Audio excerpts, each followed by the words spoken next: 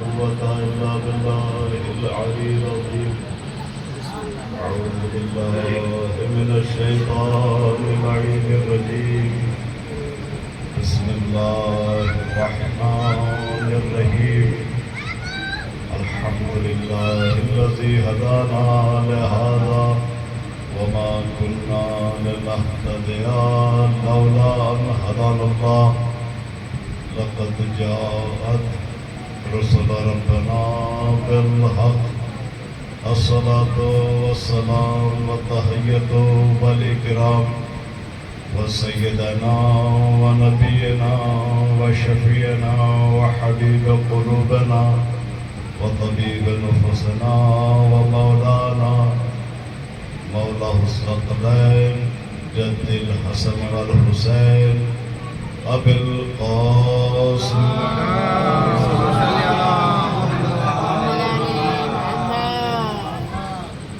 وعلى أهل بيته الطيبين الطاهرين المعصومين المظلومين المنتجبين المنتخبين ولعنة الله على أعدائهم أجمعين من يومنا هذا إلى قيام يوم الدين.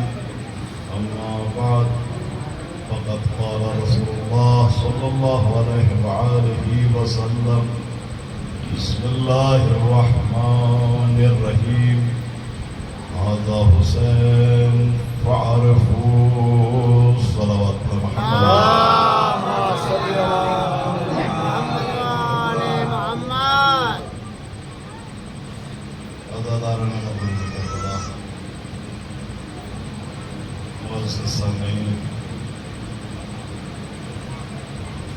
آج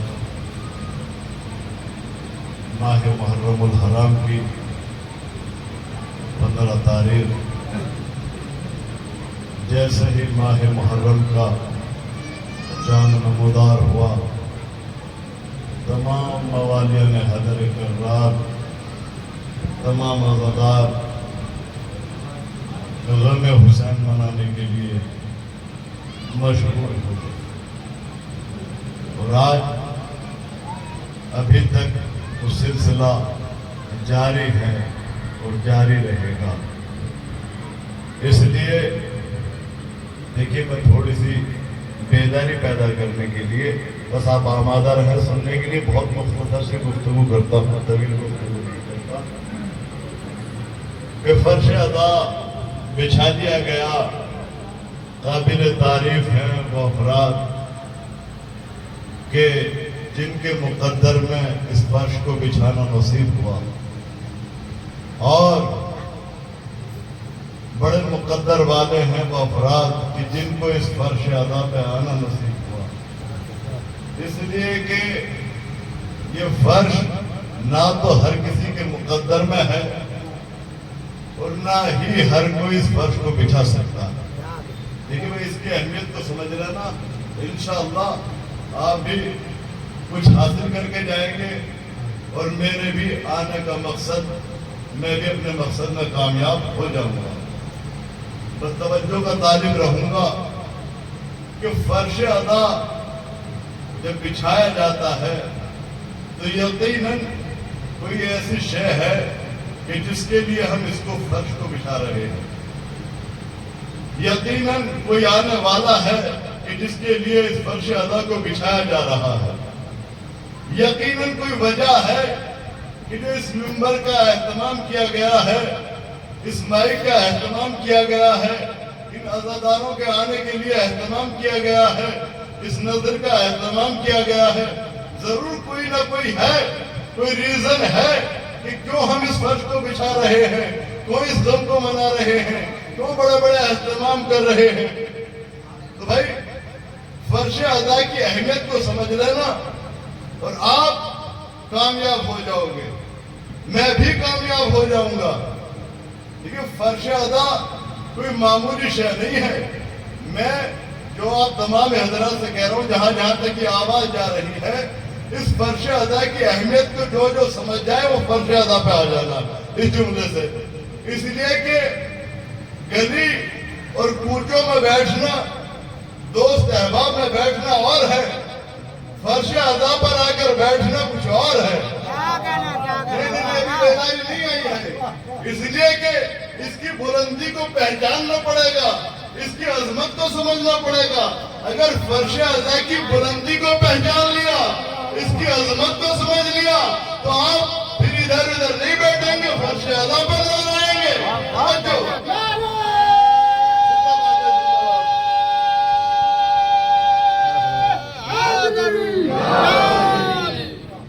بڑی خاموشی کے ساتھ نعرہ لگایا جا رہا ہے، نعرے والا تو بڑی کھلا آواز کے ساتھ میں نعرہ لگانے کی، جواب دینے والے ابھی شاید تھکے ہار ہیں۔ انشاءاللہ کچھ ہی دیر میں خستگی دور ہوتی چلی جائے گی اور یہ بھی ہمارے ساتھ جڑتے چلی جائیں گے۔ تو فرش اعضا پر بیٹھنے کی اہمیت کو سمجھو، پہلے فرش اعضا کو سمجھو کہ فرش اعضا جب بچھایا گیا تو کیا آپ کے لیے بچھایا گیا کہ نہیں؟ جیسے ہی بانی مجلس نے اس فرش کو بچھایا تو آسمان سے فرشتے کہنے لگے پروردگار اجازت ہے کہ کہاں جا رہے ہو؟ کہ حسین کی فرش اعضا بچھی ہے، کہ حسین کی فرش اعضا بچھی ہے، تو ہم حسین کی مجلس میں جانا چاہتے ہیں۔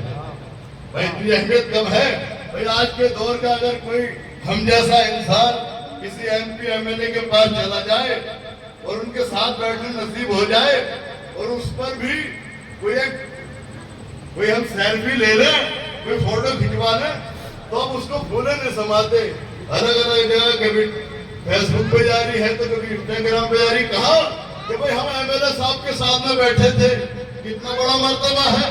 کچھ نہیں ہے زمانے والوں کے لیے کہ ہاں بھائی ہم ایم ایل اے صاحب کی نظر میں یا دنیا والوں کی نظر میں ہماری اہمیت بڑھ جائے۔ کب اپنی اہمیت کو پہچاننا؟ کہاں آئے ہو؟ کہ فرش اعضا پہ ملائکہ التجا کر رہے ہیں اس فرش پہ آنے کی۔ بھائی توجہ، اس فرش پہ بلانے کے لیے میں جس ضد جو کر رہا ہوں اس کو سن لیجیے گا کہ آپ بھی نہیں آئے فرش اعضا پر، آپ بھی سنیے گا کہ فرش اعضا پر تنہا آپ نہیں ہے، اور بھی ہے کہ روحانی بھی آئے ہوئے ہیں، بھائی آسمان والے بھی آ رہے ہیں فرش اعضا پر۔ اب یہ ہمارا عقیدہ ہے، ہم یہ مانتے ہیں کہ جیسے ہی حسین کا فرش اعضا بچھا، ادھر حسین بھی آ گئے، بی بی زہرا بھی آ گئے۔ توجہ،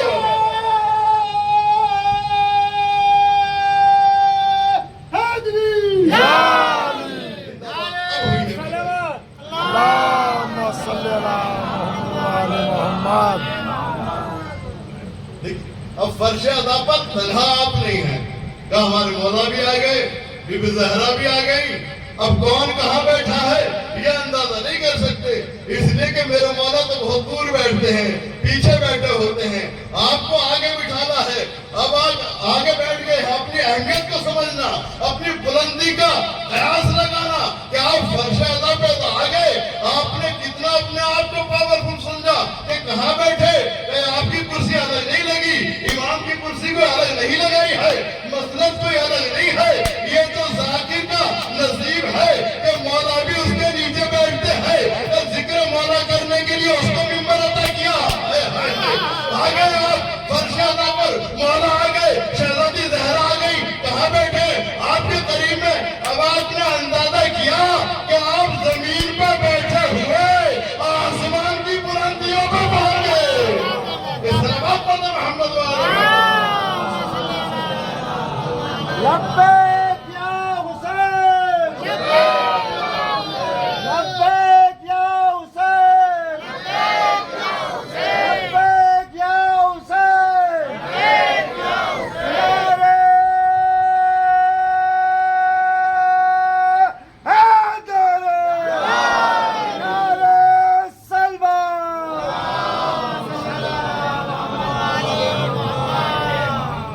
سبحان اللہ، سبحان اللہ، خدا آپ کو سلامت رکھے، جزائے خیر عطا کرے۔ آپ فرش اعضا پر آئے ہیں تو اب کوئی یہ نہ سوچے کہ میں نے فرش اعضا بچھایا، جملے میں آپ نے توجہ نہیں کی، کوئی یہ نہ سوچے کہ میں فرش اعضا پر آیا ہوں، نہیں، کوئی ہے کوئی جو اس کام کو آپ سے انجام دے رہا ہے، کوئی ہے کہ جس نے اس لاکھوں کروڑوں مجمع میں اس دنیا کے اندر بہت سے افراد ہیں لیکن اس سب میں چنا ہے تو آپ کو چنا ہے۔ کوئی وجہ ہے کہ پروردگار عالم نے آپ کا انتخاب کیا کہ تم فرش ادا بچھاؤ. میں نے کہا تھا نا ہر کسی کے مقدر میں نہیں ہے اس فرش ادا کو بچھانا، اور ہر کسی کے مقدر میں نہیں ہے اس غم کو منانا. اس لیے کہ امام جعفر صادق علیہ السلام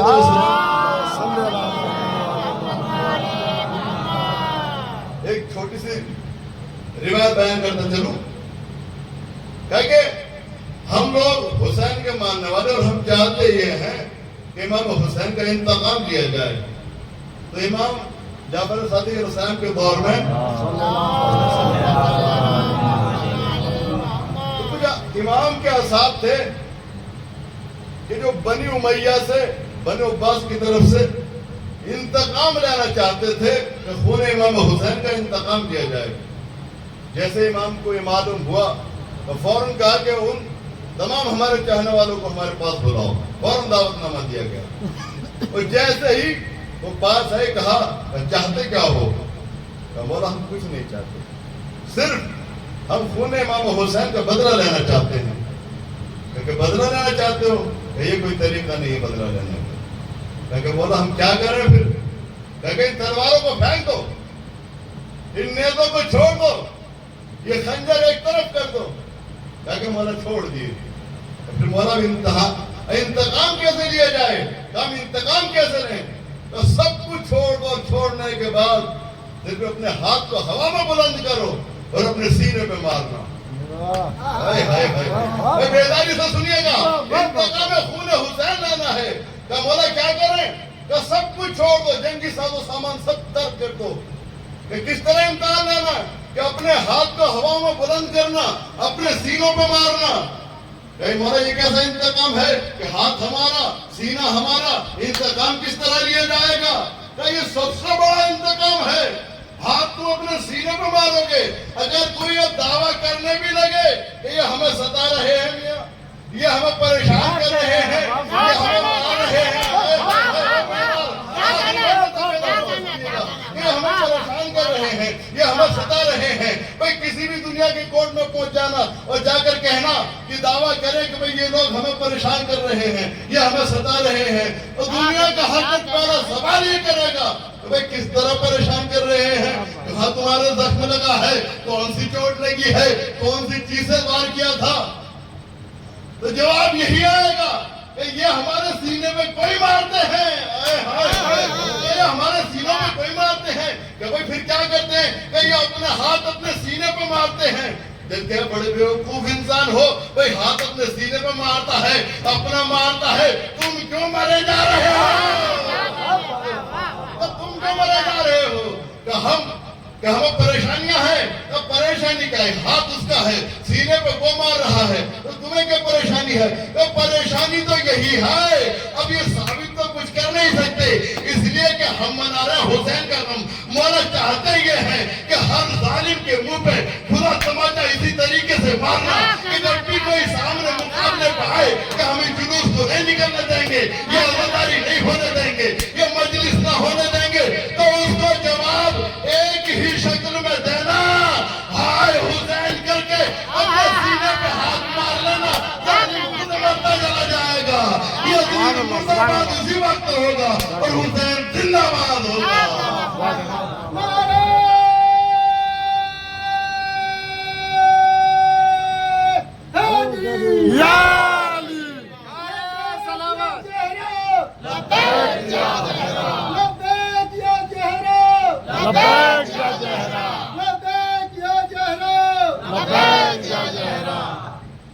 بہت ہی مختصر گفتگو، لیکن میں عادی نہیں ہوں بہت طویل گفتگو کرنے کا.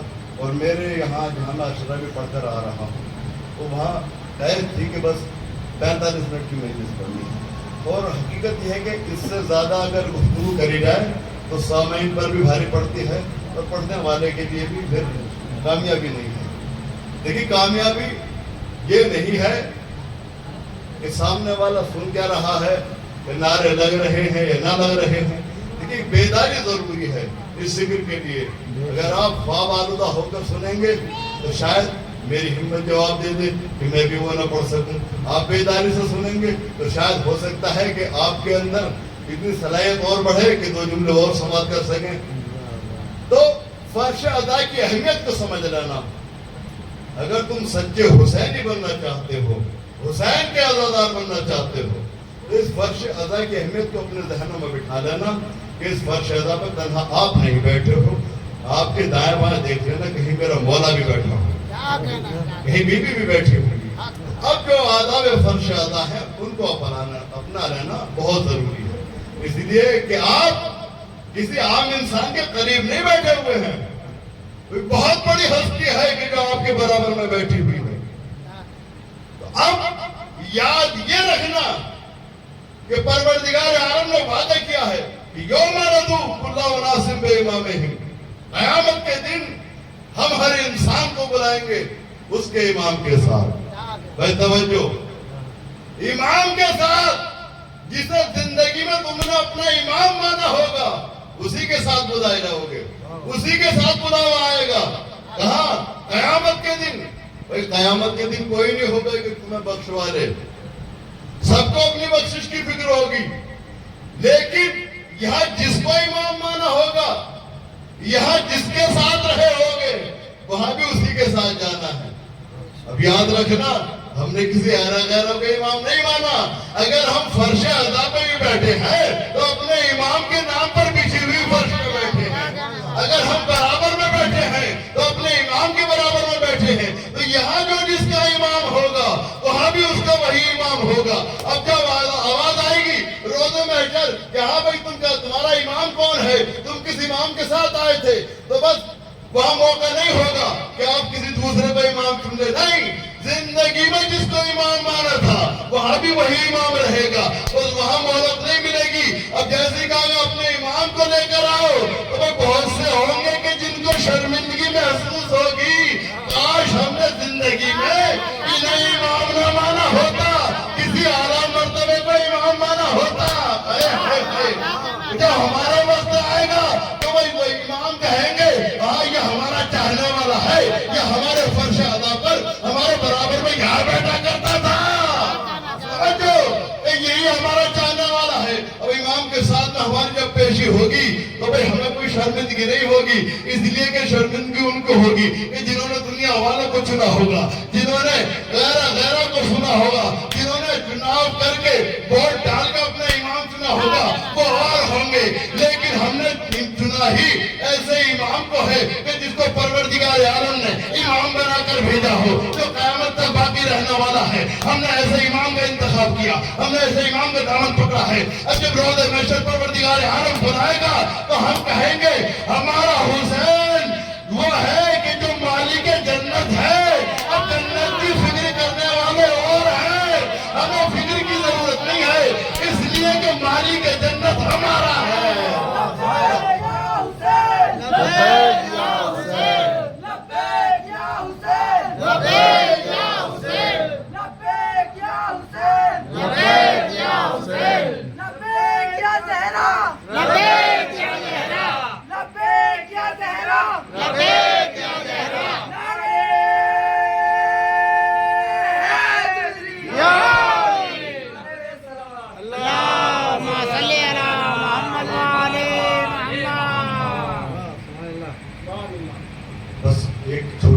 یہ کرنا چاہتا ہوں, میں بھول گیا کہ میں نے کس وقت دیکھا تھا. جب وقت ہو جائے تو آپ یاد دلا دیجیے گا, جب تک میں انشاءاللہ گفتگو جاری رکھوں گا.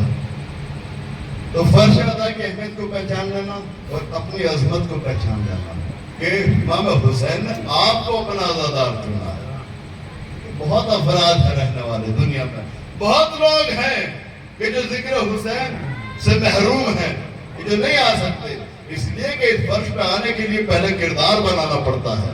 ماں باپ کے آداب ہوتے ہیں, ماں باپ کی پرورش کا نتیجہ ہوتا ہے جب انسان اس فرش ادا پہ آتا ہے. اب یاد رکھنا کہ جو فرش ادا پہ آ گیا یہ اس کے ماں باپ کی پرورش کا نتیجہ ہے. وہ اس سے دور بھاگ گیا, سمجھ لینا کہ اس کی تربیت سے اسے نہیں ہوئی. اس لیے کہ ہمارے یہاں دو ہی طریقے ہیں, کیا تو حسینی کردار پایا جاتا ہے یا یزیدی کردار پایا جاتا ہے. حسینی کردار وہ ہے جو پرچے میں حسین کے نیچے آ گیا. یزیدی کردار وہ ہے کہ جو اس کو دیکھ کر منہ بنا کر نکل گیا.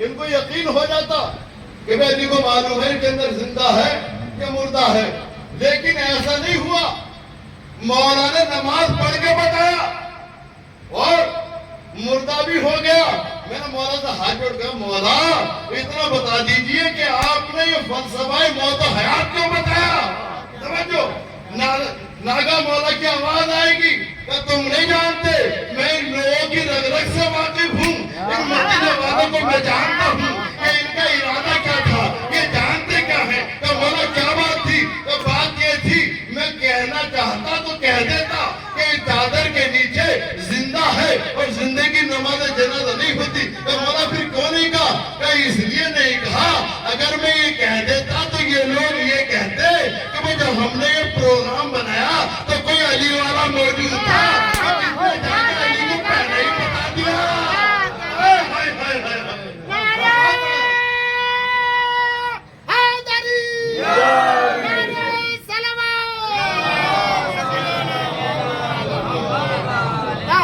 سلام ہے آپ کی سماعتوں کو, بڑی بیداری کے ساتھ سن رہے ہیں.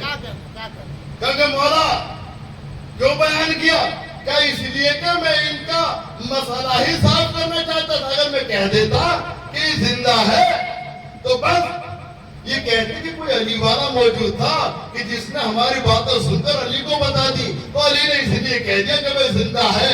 مولا نے کہا کہ نہیں, میں نے ان کا قصہ ہی تمام کر ڈالا. جیسے کہ لے کر آئے میں نے زندہ کو موت میں تبدیل کر دیا, مردے کو زندہ کروں گا. کب, کہ جب بڑھیا آئے گی. اب دیکھیں بڑھیا چلی تھی, بڑھیا تو اس ارادے سے لے کر آئی تھی کہ زندہ لے کر جانا ہے, زندہ لے کر آنا ہے. آ گئی, اب جیسے بیٹے کو مردہ دیکھا تو فوراً علی کے قدموں میں گر گئی, فوراً علی کے قدموں میں گر گئی کہ علی زندہ لائی تھی, زندہ ہی لے کر جاؤں گی. بھائی میں کہوں گا, میری بات کو رو کر بڑھیا سے کہوں گا کہ بڑھیا مجھے اتنا بتا دے, جب تو اس کو لے کر آئی تھی کیا علی سے کہا تھا تو نے, کیا علی سے وعدہ کیا تھا. بھائی میرے مولا سے تیرا کیا مطلب, میرے مولا سے کیوں پوچھ رہی ہے. یا حاکم وقت کا دامن پکڑ کہ جس کے کہنے پر آئی تھی, جس نے دولت دینے کا وعدہ کیا تھا, کہ اس سے کہے کہ تو نے کہا تھا کہ زندہ لے کر جا, زندہ لے کر آ, تو اس کا دامن پکڑ. آواز آئی کہ نہیں میں جانتی ہوں. بھائی اب اتنا مجھے نہیں پتا کہ حاکم نے پیسہ دیا یا نہ دیا یا کتنا دیا, یہ تو حاکم جانے اور وہ بڑھیا جانے. میں نے کہا بڑھیا میرے مولا کے دامن کو پکڑ رہی, کیا اس لیے کہ وہ فلسفہ موت و حیات سمجھ گئی. سمجھو وہ کیا سمجھ گئی, کہ فلسفہ موت و حیات سمجھ میں آ گیا. کہ کیا سمجھ میں آیا, کہ اس طریقے سے سمجھ میں آ گیا, جب میں نے علی کی دشمنی میں قدم رکھا تو زندہ بیٹا مردہ ہوگا, اب علی کی محبت میں قدم رکھوں گی تو مردہ زندہ ہو جائے گا. سلوات پڑھ دے محمد.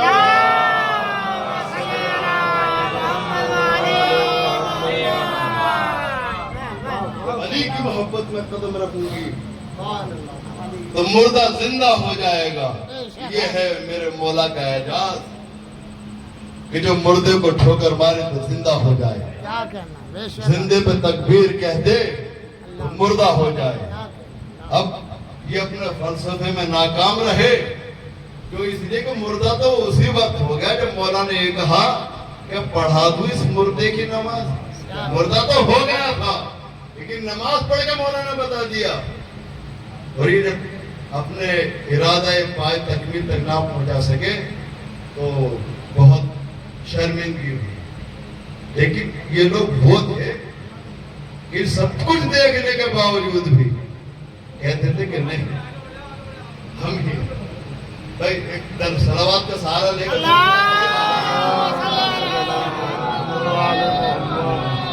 آجائیے, تھوڑا آگے بڑھ جائیے, پیچھے والوں پہ پریشانی ہے, پر صلوات پڑھے محمد والے.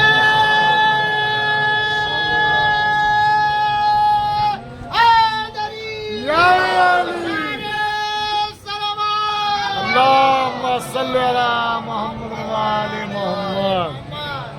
بس دیکھیے آپ کی زیادہ وقت کی جو ہے میں خستگی کو نہیں کر سکتا, بس ایک جملہ اور اہمیت کے لیے کافی ہے. انشاءاللہ پھر کبھی دوبارہ آپ کے روبرو ہوا تو ضرور انشاءاللہ گفتگو طویل ہوگی. تو میرے مولا کی عظمت کو پہچان لینا. کیوں کہ موت اور زندگی انہی کی محبت اور دشمنی کا نام ہے. اگر ان کی محبت میں قدم رہو گے تو زندگی پا جاؤ گے. اگر ان سے دشمنی کر لی تو تمہاری جیتے جیت زندگی موت ہے اور موت سے بھی بدتر ہے. اس لیے کہ بی بی فاطمہ زہرا سلام اللہ علیہا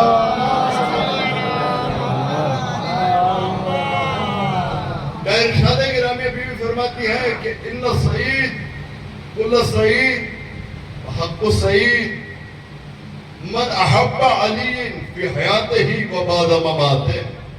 بی بی کہتی ہیں کہ بے شک کامیاب مکمل کامیاب اور حقیقی کامیاب وہ انسان ہے من احب علی کہ جس نے علی سے محبت کی ہو فی حیاتہ ہی و بعد مماتہ کہ جس نے زندگی میں بھی علی سے محبت کی ہو اور مرنے کے بعد بھی علی سے محبت کی ہو وہی کامیاب ہے. اور بی بی آگے پھر فرماتی ہے ان شکی کل شکی وحق شکی فمن اغضب علی فی حیاتہ ہی و بعد مماتہ. کی توجہ چاہتا ہوں. بی بی کہتی ہے کہ بے شک ناکام مکمل ناکام اور حقیقی ناکام وہ انسان ہے کہ من اغضب علی جس نے علی سے دشمنی کی ہو جس نے علی سے بغض رکھا ہو فی حیاتہ ہی و بعد مماتہ کہ جس نے زندگی میں بھی علی سے دشمنی رکھی ہو علی سے بغض رکھا ہو اور مرنے کے بعد بھی علی سے بغض رکھے. تو معلوم ہوا کہ زندگی اگر کامیاب جینی ہے تو علی سے محبت کرو اور اگر زندگی ناکام گزارنی ہے تو علی سے دشمنی. تو بس جو علی کی محبت ہے وہ انسان کے دل سے موت کا خوف نکال دیتی ہے. توجہ چاہتا ہوں بھائی میرے اندر اتنی طاقت نہیں ہے کہ میں زیادہ اور چلا سکوں کہ گلے کی اتنی طاقت نہیں بچی ہوئی ہے لیکن آپ کی سماعتیں انشاءاللہ میرے گلے پہ جو ہے شباب پیدا کر رہی ہیں کہ اس لیے کہ علی کی محبت زندگی ہے اور علی کی دشمنی موت ہے. انہی دو چیزوں کو جان لینا سمجھ میں آ جائے گا کہ موت کیسے ہے اور زندگی کیسے ہے. میرے مولا کا ایک چاہنے والا ہے جس کا نام ہے ابو دمام اور حاکم وقت ہے حجاج جو بڑا ظالم حاکم گزرا ہے.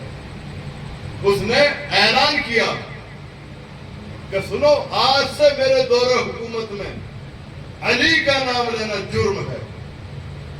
علی کا نام لینے پر سزا ہوگی.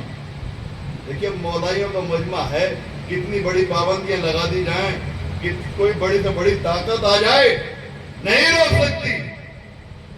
اس لیے کہ جو پکا مولائی ہوتا ہے وہ کسی سے ڈرتا نہیں ہے موت کا خوف ہی نکل جاتا ہے. انہیں حجاج نے اعلان کیا سپاہیوں کو جاؤ ہر جگہ اعلان کر دو کہ آج سے میری حکومت میں اگر کسی نے علی کا نام بھی لیا تو اس کو سزا دی جائے گی اس کو سزا سنائی جائے گی. بس سپاہی گئے اور جگہ جگہ چوراہوں پر ڈھول پیٹ کر اعلان کر رہے تھے کہ سنو حجاج کا اعلان ہے کہ اگر کسی نے علی کا نام بھی لیا تو سزا کا مرتکب ہوگا. بھائی جیسے ہی جملے کو سنا ادھر مولا کا چاہنے والا ابو دمام سپاہیوں کے قریب پہنچا اور جانے کے بعد دیکھیں مولا کے چاہنے والے ایسے ہوتے ہیں جہاں وہ اعلان کر رہے تھے وہی ان کے قریب جانے کے بعد ایک جملہ کہا الحق مع علی العلی مع الحق. وہ آپ نے سنا ہی نہیں کیا کہا کہ حق علی کے ساتھ ہے علی حق کے ساتھ ہے. کہا کیا سپاہی اعلان کر رہے ہیں کہ علی کا نام لینا بھی جرم ہے. اب جیسے سپاہیوں نے جملہ سنا کہا کہ تم نے اعلان نہیں سنا کہ حاکم نے اعلان کیا کر رہا ہے. کیا سن لیا کہا کہ یہ جرم ہے کہ جرم ہے کہ سن میں تیرے حاکم کی حکومت میں نہیں رہتا میں تو اپنے مولا کی حکومت میں رہتا ہوں. سبحان اللہ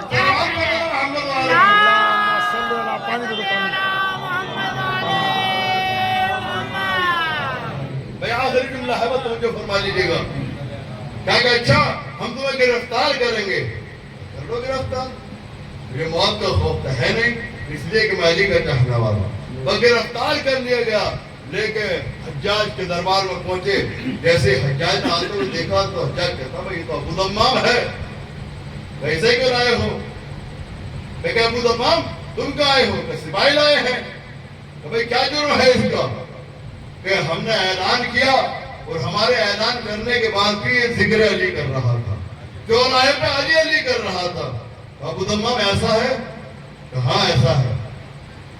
کہ تم باز نہیں آؤ گے تو سزا ملے گی. کہ کوئی بات نہیں ہے، تم مجھے سزا دو، میں مر بھی گیا تو میری نسلیں علی علی کریں گے.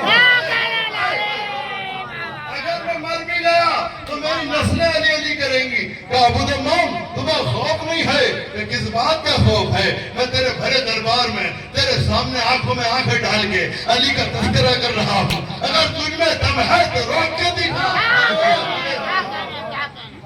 علی کا تذکرہ کر رہا. میں جیسے ہی سنا کہ اچھا میں اس کو سزا دی جائے، کوڑے لگاؤ، اس کو کوڑے مارے جائیں. اور ادھر حجاج نے حکم دیا، ادھر جلاد چلا، ابو دمام کو باندھ دیا گیا. اب جیسے ہی جلاد نے پہلا کوڑا مارا، ابو دمام کی جیسے پشت پہ پہلا کوڑا مارا، ابو دمام کہتا ہے علی حق کے ساتھ ہے، علی حق کے ساتھ ہے. دوسرا کوڑا لگا، حق علی کے ساتھ ہے. تیسرا کوڑا لگا، علی حق کے ساتھ ہے. چوتھا کوڑا لگا، علی حق کے ساتھ ہے.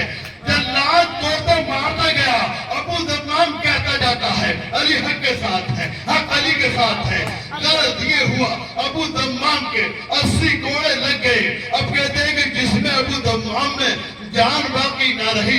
جلاد نے دیکھا کہ ابو دمام کا بدن نڈھال ہو گیا. ابو دمام جیسے زمین پہ گرا کوڑے کھانے کے بعد میں، وہ جلاد کہتا ہے کہ میں نے دیکھا ابھی ابو دمام کے لبوں میں جنبش ہو رہی تھی. جیسے میں نے کان قریب لے جا کر سنا، کانوں کو جیسے قریب لے کر سنا تو کیا سنا؟ ابو دمام کے لبوں سے نکل رہا تھا علی حق کے ساتھ ہے، علی حق کے ساتھ ہے. اس روایت پر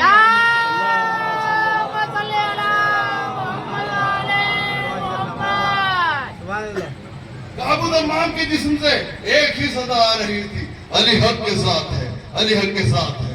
جلاد کہتا ہے کہ حضور یہ تو اب بھی علی علی کر رہا ہے. اچھا ایک سر کو قلم کر دو. جیسے حکم دیا کہ سر کاٹ دیا جائے. ایک مرتبہ ایک وزیر کہتا ہے کہ نہیں، اس کا سر نہیں قلم کرو، اس کا سر نہیں کاٹو. کیوں؟ کہ اس لیے کہ 80 گھوڑے کھا چکا ہے، اب اس کے جسم میں اتنی طاقت کہاں ہے کہ مر جائے گا. کیوں اس کا خون اپنے سر لینا چاہتے ہو؟ اور کچھ ہی دیر میں مر جائے، اس کو ایسے اس کے گھر بھجوا دو، اور جب مر جائے گا تو کوئی یہ بھی نہیں کہے گا کہ کہاں مرا، نہ اپنے گھر مرا ہے نہ کسی نے مارا ہے. بھائی تو بھی صحیح کہہ رہا ہے. تو کہا سپاہیوں سے کہ جاؤ ابو دمام کو اس کے گھر چھوڑاؤ. ابو دمام کو جا کر چارپائی پر ڈال دیا گیا. ادھر سپاہی نکلے، ادھر ابو دمام کے بھی جسم میں جان باقی تھی. ایک مرتبہ ابو دمام کہتا ہے مولا کاش اتنی مہلت اور مل جاتی ہے، مولا کاش اتنی مہلت اور مل جاتی کہ ایک بار اور اس کے دربار میں جا کر کہہ دوں کہ علی حق کے ساتھ ہے، علی مولا، علی مولا. جا کے ایک بار بھائی اتنی مہلت مل جائے کہ ایک بار اور جا کر کے بھرے دربار میں کہہ دوں کہ بس علی حق کے ساتھ ہے. ابھی ابو دمام کی آنکھیں بند تھی، گفتگو مولا سے کر رہا تھا. اب جیسے ابو دمام نے آنکھوں کو کھولا تو کیا دیکھا کہ میرا مولا سامنے کھڑا ہے، میرا مولا سامنے کھڑا ہوا ہے. جیسے مولا کو کھڑے ہوئے دیکھا کہ مولا احسان کی انتہا ہو گئی، کرم کی انتہا ہو گئی. کہ مولا کاش دربار میں آ گئے ہوتے. میرے مولا نے کہا ابو دمام کاش تم نے دربار میں بلا لیا ہوتا.